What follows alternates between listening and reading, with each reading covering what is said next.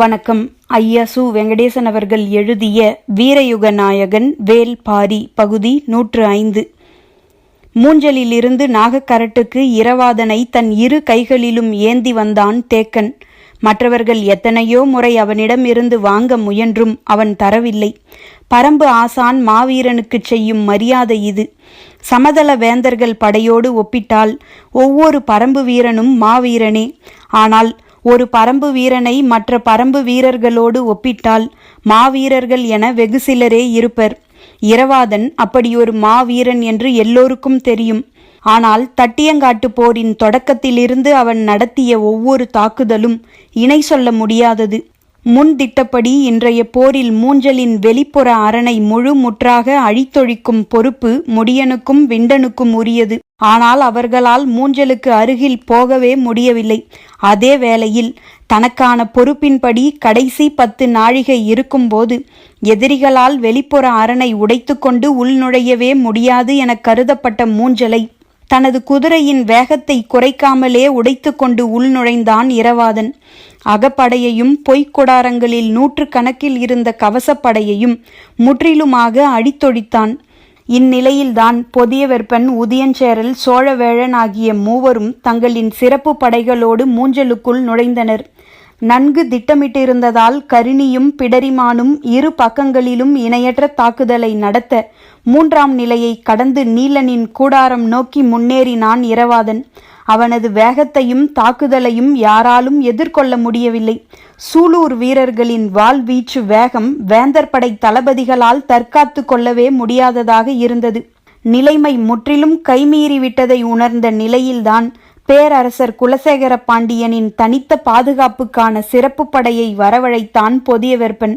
தட்டியங்காட்டில் கடுமையாக மோதிக்கொண்டிருந்த இரு தரப்பு தளபதிகளும் போர் முடிவுற்றதுக்கான முரசின் ஓசையை கேட்டதும் மூஞ்சலை நோக்கி விரைந்தனர்.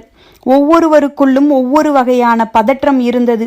மயூர் கிழார் தான் தலைமை தளபதியாக பொறுப்பேற்ற முதல் நாளிலேயே மூஞ்சல் தாக்கப்பட்டு விட்டதே என்ற பதற்றத்தில் விரைந்தார். இறுதியில் அபாயத்தை உணர்த்தும் ஒலி எழுப்பப்பட்டதால் மூஞ்சல் கடுமையாக தாக்கப்பட்டிருக்கும் என்பதை கருங்கைவாணன் உணர்ந்தான். மூஞ்சலின் வலிமை மிகுந்த அமைப்பு வெளிப்புற மூடரன்தான். அதை உடைத்து உள்நுழையும் ஆற்றல் கொண்ட படையால் உள்ளுக்குள் போய் பேரழிவை உருவாக்க முடியும் என தெரியும். ஆனால் அபாய ஒலி எழுப்பும் அளவுக்கு நிலைமை மாறும் என நினைக்கவில்லை.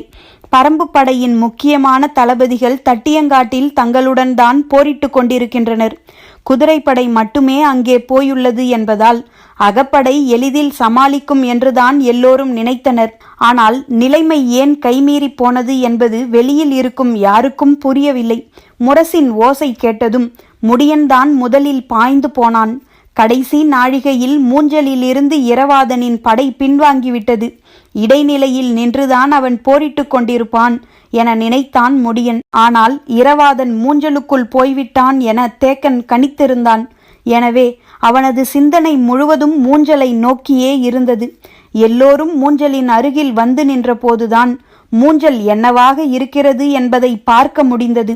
அகப்படை, கவசப்படை, வேந்தர்களின் சிறப்பு படை, பேரரசரின் தனிப்படை அனைத்தையும் கொன்று குவித்த சூலூர் வீரர்களின் ஆடுகளம் எப்படி இருந்தது என்பதை பார்த்த கணம் மயூர் கிழாருக்கும் கருங்கைவாணனுக்கும் குருதியோட்டம் நின்றது. பிணக்குவியல்கள் கணக்கில்லாமல் இருந்தன.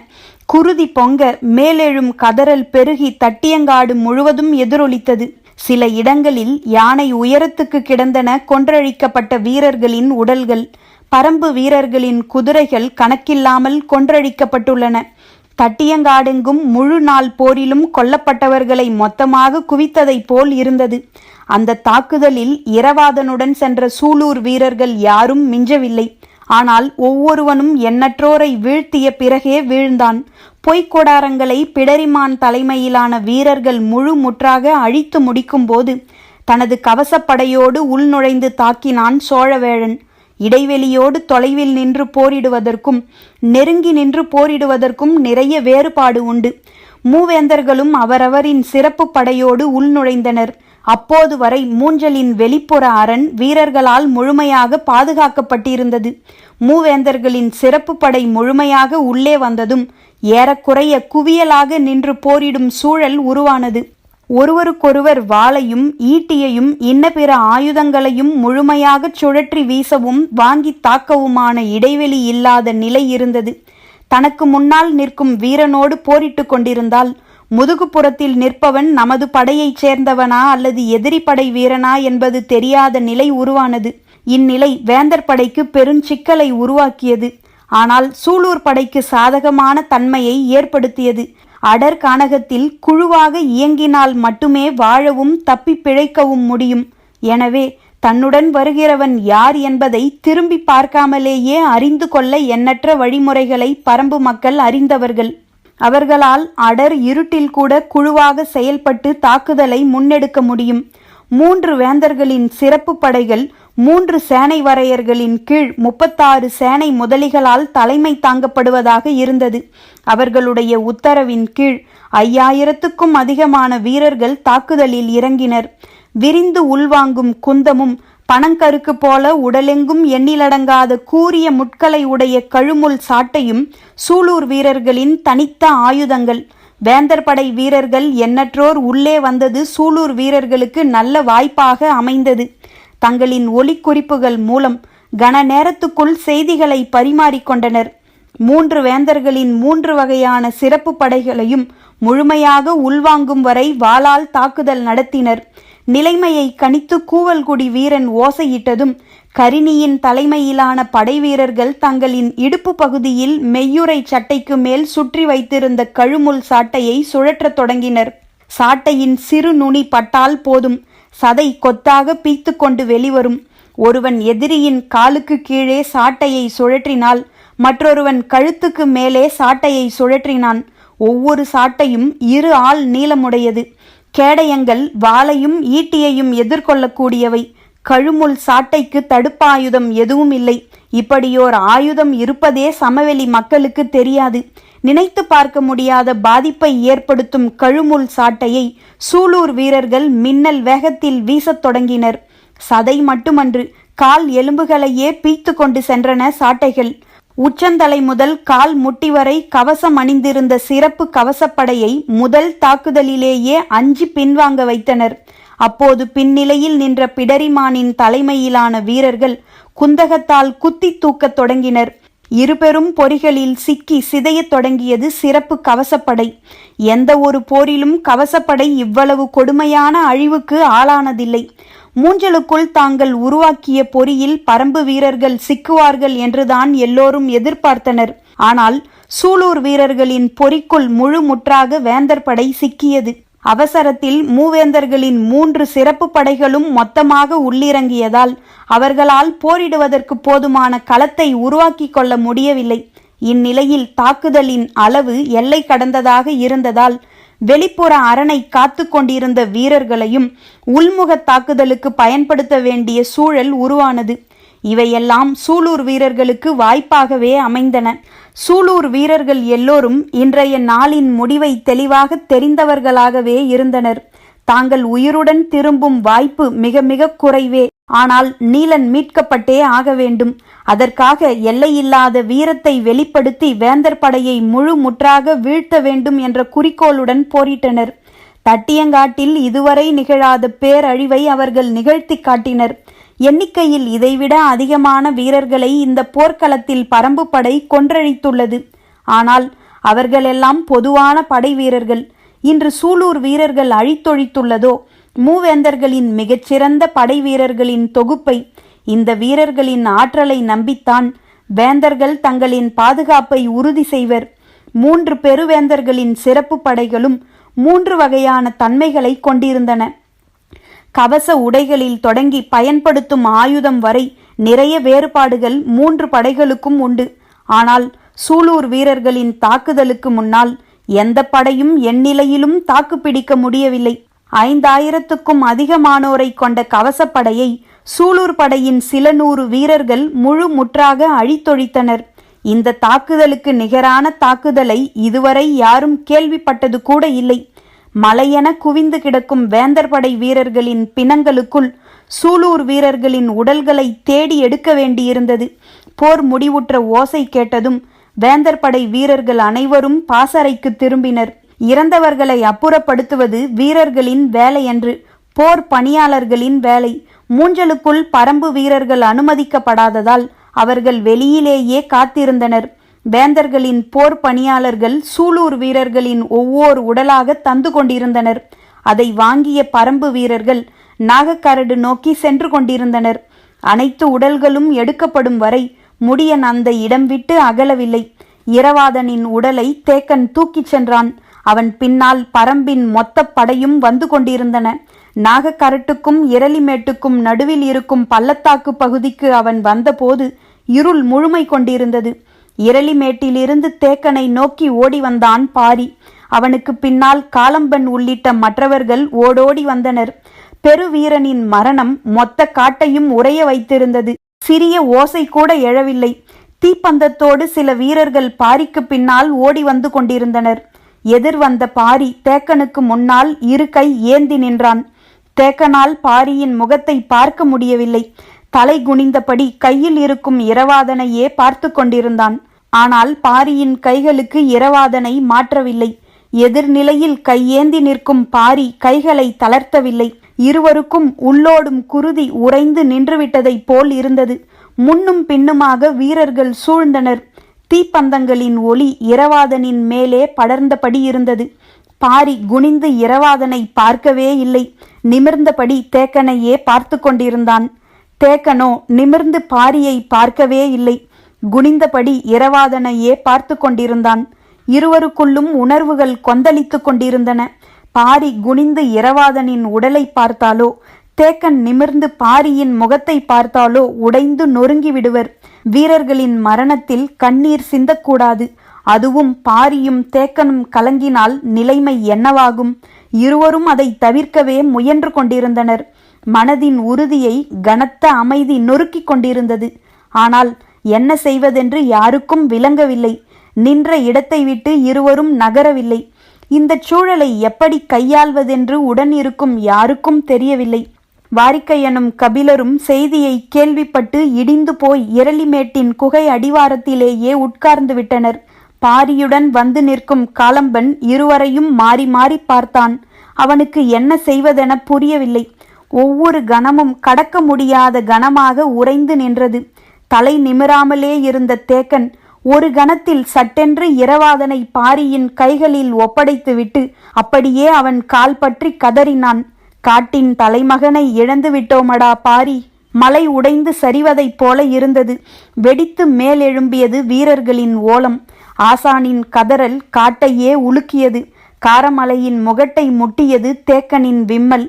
கைகள் இரவாதனை ஏந்தி நிற்க, கால்களை தேக்கன் பற்றி நிற்க, கண்ணீரும் குருதியும் மேலெல்லாம் கொட்டியபடி பாறையென நின்றான் பாரி. மற்ற வீரர்கள் ஆசானை பிடித்து தூக்க எண்ணினர். ஆனால் யாரும் அருகில் செல்லவில்லை. பரம்பு தலைவனின் கால் பற்றி கதரும் ஆசானின் உச்சந்தலையில் இரவாதனின் குருதி விழுந்து கொண்டே இருந்தது. போர்க்களத்துக்கு பொறுப்பு முடியனும் தேக்கனும் தான். நாங்கள் மாவீரனை காக்க தவறிவிட்டோம். அவன் அனைத்து தாக்குதலையும் எங்களிடம் சொல்லிவிட்டுத்தான் செய்தான். ஆனால் நாங்களோ அவனிடம் கூறிய திட்டப்படி செயல்பட தவறிவிட்டோம். இந்த மரணம் முடியனும் தேக்கனும் கவனம் தவறியதால் நிகழ்ந்தது என புலம்பி அழத்துடித்தது தேக்கனின் மனம். ஆனால் சொல்ல வந்த சொற்கள் எதுவும் மேலெழவில்லை. உடைந்து கதரும் ஆற்றாமையிலிருந்து மீள முடியவில்லை. சற்று நேரத்துக்கு பிறகே பாரியின் கால்களிலிருந்து கைகளை விலக்கினான் தேக்கன். அந்த விலகுதலில் மனம் ஆழமான நிலையொன்றை எய்தியது. அவரவர் தானே மீண்டு கொள்ள வேண்டும். அடுத்தவருக்கு ஆறுதல் உரைக்க பரம்பு வீரர்கள் யாரிடமும் சொற்கள் இல்லை. தேக்கன் கைகளை விடுவித்து கொண்ட பிறகு பாரி நடக்கத் தொடங்கினான். வீரர்களின் பெருங்கூட்டம் அவனை தொடர்ந்து கொண்டிருந்தது. தேக்கன் அந்த இடத்திலிருந்து எழுந்திருக்கவில்லை. எல்லோரும் தன்னை கடந்து போகும் வரை அங்கேயே இருந்தான். அனைவரும் கடந்து சென்றனர். மனம் சற்று நிதானம் கொண்டது. ஏன் உடைந்து கதறினோம்? நமது கதறலையும் சேர்த்தல்லவா பாரி சுமந்து செல்கிறான். நாம் கட்டுப்படுத்தி இருந்திருக்க வேண்டும் என எண்ணங்கள் தோன்றியபடி இருந்தன. எல்லோரும் போன பிறகு 4-5 வீரர்கள் மட்டும் உடன் இருந்தனர். அவர்களையும் போகச் சொன்னான். ஆனால் வீரர்களோ தேக்கனுக்கு உதவுவதற்காக அங்கேயே நின்றனர். மீண்டும் சத்தம் போட்டு போகச் சொன்னான். அவர்கள் சென்ற பிறகு கைகளை ஊன்றி மெல்ல எழுந்து நின்று பார்த்தான். தொலைவில் இரளிமேட்டின் முதற்குகையின் அடிவாரத்தில் கூட்டம் கூடி நின்றது. மலையெங்கும் இருக்கும் தீப்பந்தங்கள் அந்த இடம் நோக்கி குவிந்தபடி இருந்தன. அந்த காட்சியை பார்க்க முடியாமல் நாகக்கரட்டில் இருக்கும் தனது குடிலை நோக்கி மெல்ல நடக்கத் தொடங்கினான். குகை அடிவாரத்தில் வைக்கப்பட்ட இரவாதனின் உடலை பார்க்கும் ஆற்றலின்றி பாறை மறைப்பொன்றிலே ஒடுங்கி கிடந்தார் கபிலர். நேற்றிரவு பொற்சுவையின் மரணம் அவர் மடியில்தான் நிகழ்ந்தது. இன்றிரவோ இரவாதனின் உடல் கிடத்தப்பட்டிருக்கிறது. ஏது செய்வதென்று தெரியவில்லை. பாரியின் முகத்தை பார்க்கவோ அவனிடம் பேசவோ மனதுக்கு வலுவில்லை. கையூன்றி உட்காரக்கூட வலுவின்றி பாறையோடு பாறையாக சாய்ந்தே கிடந்தார். மூஞ்சலில் இருந்து சூலூர் வீரர்களின் உடல்கள் ஒவ்வொன்றாக வந்து கொண்டிருந்தன. துயரத்தின் பேரலை காரமலை முழுவதும் பெருகிக் கொண்டிருந்தது. அப்போது கூட்டத்துக்குள் யாரோ ஒருவன் வந்து கபிலர் எங்கே என்று விசாரித்தான். வீரன் ஒருவன் பாறையின் அடிவாரத்தில் சாய்ந்து கிடக்கும் கபிலரை கை காட்டி குறிப்பு சொன்னான். வந்துள்ளவன் திசைவேளரின் மாணவன். ஏற்கனவே இருமுறை வந்தவன்தான். ஆனால் ஒவ்வொரு முறையும் ஒவ்வொரு இடத்தில் ஒவ்வொரு நிலையில் கபிலரை காண்கிறான். இப்போது நிலை குலைந்து கிடக்கும் கபிலரிடம் வந்து திசைவேளர் உங்களை அழைத்து வரச் சொன்னார் என்றான். அதை காது கொடுத்து கேட்கும் நிலையில் கபிலர் இல்லை. வந்தவன் மீண்டும் சத்தம் போட்டு சொன்னான். சற்றே கவனம் கொண்ட கபிலர் அவனை உற்று பார்த்தபடி மறுத்து தலையை ஆட்டினார். அவனோ மீண்டும் வலியுறுத்தினான். பேசுவதற்கு சொற்கள் மேலெழவில்லை. ஆனாலும் முயன்று சொன்னார். நான் வரும் நிலையில் இல்லை என்பதை திசைவேளரிடம் சொல்லிவிடு. வந்த மாணவனுக்கு வேறென்ன செய்வதென தெரியவில்லை. பெரும் புலவரிடம் இதற்கு மேல் வலியுறுத்த முடியாது என சிந்தித்தபடி எழுந்து நடக்க முற்பட்டான். இதை கவனித்தபடி இருந்த வாரிக்கையன் வந்தவனை கை காட்டி நிறுத்தியபடி கபிலரிடம் வந்து திசைவேளரிடம் போய் என்னவென்று கேட்டு வாருங்கள் என்றார். நான் எதையும் கேட்கும் நிலையில் இல்லை. என்னால் எதுவும் செய்ய முடியாது என்றார் கபிலர். வாரிக்கையன் இங்கும் அங்குமாக பார்த்தார்.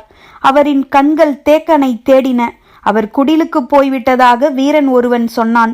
கபிலரை நாம் தான் சமாதானப்படுத்தி அனுப்ப வேண்டும் என நினைத்து கொண்டு மீண்டும் கபிலரிடம் வந்தார். அவரோ வாரிக்கையன் சொல்வதை கேட்கும் நிலையில் இல்லை. ஆனாலும் வாரிக்கையன் விடவில்லை.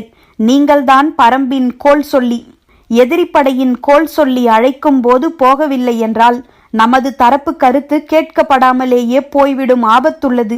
எனவே துயரத்தை விழுங்கி கடமையை ஆற்றுங்கள் என்றார். கபிலரோ கண்களை உருட்டி பரிதாபமாக பார்த்தார். எனது உடல் இயக்கம் செத்து கிடக்கிறது. என்னால் எழுந்திருக்கவே முடியாது. பிறகு எப்படி என்று சொல்லிய போதே கண்களில் நீர் கொட்டியது. வாரிக்கையனால் கபிலரை புரிந்து கொள்ள முடிந்தது.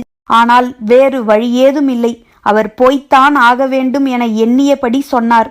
யாராலும் இந்த துயரத்தை தாங்கிக் கொள்ள முடியாது. ஆனாலும் பொழுது விடிந்தால் நம் வீரர்கள் தட்டியங்காட்டில் போரிட்டுத்தானே ஆக வேண்டும். கபிலர் வாரிக்கையனை கவனித்தார். மனம் நொறுங்கி கிடந்தாலும் எண்ணம் கைகூடினால் எழுந்து நிற்க முடியும் என்பதை ஒவ்வொரு வீரனும் ஒவ்வொரு நாளும் சொல்லிக் கொண்டுதானே இருக்கிறான். உங்களால் அதை புரிந்து கொள்ள முடியவில்லையா கபிலரே? புரிகிறது. ஆனால் நான் அதற்கான ஆள் இல்லையே. என்னால் இதை தாங்கிக் கொள்ள முடியவில்லை என்று சொல்லிக் கொண்டிருக்கும் போதே காற்றில் கேட்ட கதறல் குரலோடு சேர்ந்து வாய்விட்டு கதறினார் கபிலர். கைகள் இரண்டையும் கூப்பி கண்ணீர் பெருக வேண்டினார். கபிலரின் நிலை புரிகிறது. ஆனால் அப்படியே விட்டுவிட முடியாது என முடிவுக்கு வந்த வாரிக்கையன் சொன்னார். முடியனை நினைத்து பார்த்தீர்களா? சூலூர் வீரர்கள் எல்லோரின் உடலும் எடுக்கப்படும் வரை அவன் மூஞ்சல் விட்டு அகலாமல் அங்கேயே இருக்கிறான். பாரியை நினைத்து பார்த்தீர்களா? தேக்கனே காலை பிடித்து அழுத பிறகும் கலங்காமல் நிற்கிறான். அவர்களெல்லாம் இரவாதனை தங்களின் தோளில் போட்டு வளர்த்தவர்கள். வீரனின் மரணத்துக்கு கைமாறு உண்டு. அதை செய்வதுதான் அவனுக்கு நாம் செலுத்தும் மரியாதை. இப்போது நீங்கள் பாடல் புனையும் புலவன் மட்டுமல்ல, பரம்பின் கோல் சொல்லி எழுந்து நடங்கள். இரவாதனின் குருதி மூக்கில் ஏறி உச்சந்தலையை சூடாக்கி கொண்டிருக்கிறது.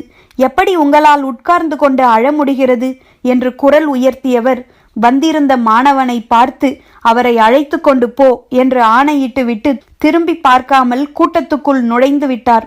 எங்கும் இருக்கும் வீரர்கள் வந்து மொய்த்து கொண்டிருந்தனர். குகை அடிவாரச் சரிவில் முண்டி உள்ளே போவது மிகவும் சிரமமாக இருந்தது. ஆனாலும் தடுமாறி உள்ளே நுழைந்த வாரிக்கையன் நீண்ட நேரம் கழித்து திரும்பி பார்த்தார். பாறை அடிவாரத்தில் கபிலர் இல்லை.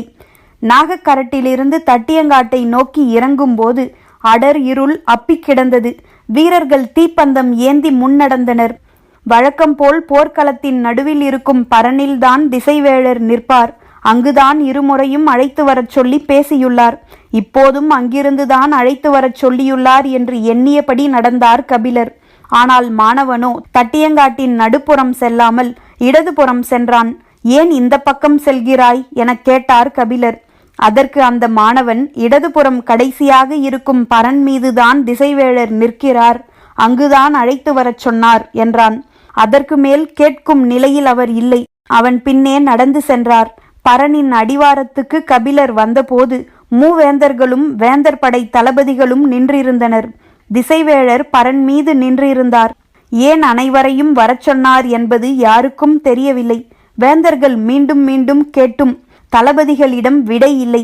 குலசேகர பாண்டியன் உள்ளிட்ட மூவேந்தர் குடும்பத்தினர் ஐவரும் வந்து நின்றிருந்தனர். மயூர்கிழார், கருங்கைவாணன் உள்ளிட்ட தளபதிகள் அணிவகுத்திருந்தனர். பரம்பின் தரப்பு கோல் சொல்லி வந்த பிறகே பேச முடியும் என்று திசைவேழர் சொல்லிவிட்டதால் யாரும் எதுவும் பேசாமல் அமைதி காத்திருந்தனர். கபிலர் வந்ததும் அவரை பரன் மீது ஏறி வரச் சொன்னார். கபிலருக்கு சற்றே ஐயம் உருவானது. பரம்பு வீரர்கள் ஓங்கலத்தை பயன்படுத்தி தாக்குதல் நடத்திய போது விசாரணைக்கு அழைத்திருந்தார். திசைவேழர் அப்போது பரன் விட்டு கீழேதான் அமர்ந்திருந்தார். மறுநாள் போர்க்களத்தின் தன்மையை பற்றியும் தனக்கு உண்டான மன அழுத்தத்தை பற்றியும் விவாதிக்க வரச் சொன்னார். அப்போதும் கீழேதான் இருந்தார். அந்த இரு நிகழ்வுகளின் போதும் வேந்தர்கள் யாரும் இல்லை. ஆனால் இன்று வேந்தர்கள் அனைவரும் வந்து நிற்கின்றனர். திசைவேழரோ பரன்மேல் இருந்தபடி தன்னையும் ஏன் மேலேறி வரச் சொல்கிறார் என எண்ணியபடியே பரன் மீது ஏறினார் கபிலர். முன்னும் பின்னுமாக இரு மாணவர்கள் அவர் ஏறிச் செல்ல உதவி செய்தனர். பரனின் மேல் தளத்தில் 4 மூலைகளிலும் பந்தங்கள் எரிந்து கொண்டிருந்தன. நடுவில் சிறிய இருக்கை ஒன்றில் அமர்ந்திருந்தார் திசைவேழர். மேலேறிச் சென்ற கபிலர் திசைவேழரை வணங்க முயன்ற போது அவரின் முகத்தை பார்த்ததும் சற்றே அதிர்ச்சிக்குள்ளானார். முகம் கடுத்து உறைந்து போய் இருந்தது. கண்கள் ஆற்றாமையால் கனன்று கொண்டிருந்தன. வந்து நிற்கும் கபிலரை ஏறிட்டு பார்த்தார் திசைவேழர். துயரத்தின் பெருவழி கபிலரின் முகத்திலும் நிரம்பி இருந்தது. கபிலரின் வரவுக்காகவே காத்திருந்த திசைவேழர் மெல்ல எழுந்து பரனின் முன்பகுதிக்கு வந்தார். கீழே எண்ணிலடங்காத பெரும் பந்தங்கள் எரிந்து கொண்டிருக்க தேர்களின் மீது பேரரசர்கள் அமர்ந்திருந்தனர். திசைவேழர் பேச முன்வருவது அறிந்து மாணவன் ஒருவன் முரசின் ஓசையை மெல்ல எழுப்பினான். கீழே இருந்தவர்கள் மேலே பார்த்தபடி கவனம் கொண்டனர். முன் வந்து தடுப்பு கட்டையை பிடித்தபடி திசைவேழர் கூறினார், இன்றைய போரில் நமது படை விதிகளை மீறிவிட்டது. எல்லோரும் சற்று அதிர்ச்சியானார்கள். விதியை மீறியவர் யார் என்று ஒருவருக்கொருவர் பார்த்து கொண்டனர். மயூர்கிழார் கருங்கைவாணனிடம் பார்வையாலே கேள்வியை எழுப்பினார். கருங்கைவாணனோ அப்படி யாரும் நமது தரப்பில் விதிகளை மீறவில்லை என்றான். தலைமை தளபதி என்ற முறையில் மயூர்கிழார்தான் இப்போது பேச வேண்டும். அவரோ கருங்கைவாணனின் மீது சற்றே ஐயம் கொண்டிருந்தார். அவனிடம் நன்றாக விளக்கம் கேட்டறிந்த பிறகுதான் பேசத் தொடங்கினார். நிலைமான் கோல் சொல்லியை வணங்குகிறேன். வேந்தர் படையில் யாரும் விதி மீறவில்லையே. போர் விதி மீறப்பட்டதை நானே கண்டேன். அப்படியென்றால் யார் விதி மீறினார் என்பதை கூறுங்கள் திசைவேழரே என்று பணிந்து கேட்டார் மயூர்கிழார். எல்லோரும் பரன் மீது உற்று பார்த்தபடி இருந்தனர். திசைவேழர் சொன்னார், பொதிய வெப்பனும் சோழவேழனும். அதிர்ந்து நின்றனர் அனைவரும். திசைவேழரின் குற்றச்சாட்டு வேந்தர்களின் தரப்பில் இருந்த ஒவ்வொருவரையும் நடுங்க வைத்தது. அவரின் கூற்றுக்கு என்ன பதில் உரைப்பது, யார் பதில் உரைப்பது என்று யாராலும் முடிவு செய்ய முடியவில்லை. குற்றம் சாட்டுவது எதிரி படை கோல் சொல்லி அல்ல, நமது படை கோல் சொல்லி. பக்கத்தில் பரம்பு படை கோல் சொல்லி கபிலர் நின்று கொண்டிருக்கிறார். எனவே இதை எந்த சொல் கொண்டு மறுப்பது? சோழவேழன் மீதான குற்றச்சாட்டை மறுக்க சோழனின் அமைச்சன் வலவன்காரி முன்வர ஆயத்தமானான். ஆனால் செங்கன சோழன் கண்களால் குறிப்பு கொடுத்த பிறகு சற்றே ஒதுங்கி நின்று கொண்டான். திசைவேழர் பாண்டிய பேரரசரால் நியமிக்கப்பட்டவர். எனவே அவர்களே இந்த பிரச்சனையை தீர்க்கட்டும் என நினைத்தான். குலசேகர பாண்டியனோ அதிர்ச்சியுற்ற கண்களோடு அண்ணாந்து திசைவேழரையே பார்த்து கொண்டிருந்தார். அவரது கூற்றை மறுத்து வாதாடுதல் எளிதல்ல. அமைச்சர் முசுகுந்தர் இருந்திருந்தால் கூட இந்த பிரச்சனையை ஓரளவு தெளிவாக கையாள்வார். ஆனால் ஆதிநந்தியை நம்பி எப்படி முன்னெடுப்பது? அமைச்சனை நிறுத்திவிட்டு தளபதிகளை பேசவிட்டால் நிலைமை மேலும் சிக்கலாகிவிடும் என்று நினைத்தபடி இருந்தார். குற்றச்சாட்டை கூறிய திசைவேளர் மறுமொழியை எதிர்பார்க்கவில்லை. தட்டியங்காட்டை விரிந்த கண்களோடு பார்த்தபடி சொன்னார். விதி மீறிய இருவரும் இக்கணமே இந்த போர்க்களம் விட்டு நீங்க வேண்டும். இனி வாழ்வு முழுவதும் அவர்கள் ஆயுதங்களை கை கொள்ளக்கூடாது. இடி விழுவது போல் இருந்தன திசைவேளரின் சொற்கள். உறைந்து நின்றனர் அனைவரும். குலசேகர பாண்டியனின் கண்கள் துடித்தன. பாண்டிய பேரரசின் தலைமை அமைச்சன் ஆதிநந்தி உரத்த குரலில் கத்திச் சொன்னான், நீங்கள் அறம் தவறி பேசுகிறீர் திசைவேளரே. இடைவெளியின்றி சட்டெனச் சொன்னார், ஆம், நான் அறம் பிறழ்ந்தே பேசுகிறேன். அரண்மனையின் நம்பிக்கைக்கு உரிய முறையில் நடந்து கொள்வதை முற்றிலுமாக எனது ஆழ் மனம் துறந்துவிடவில்லை. அதனால்தான் எனது சொற்கள் இப்படி வந்துள்ளன. இல்லையெனில் அவர்கள் இருவருக்கும் மரணத்தையே தீர்ப்பாக வழங்கியிருப்பேன். பரம்பின் குரல் ஒலிக்கும்.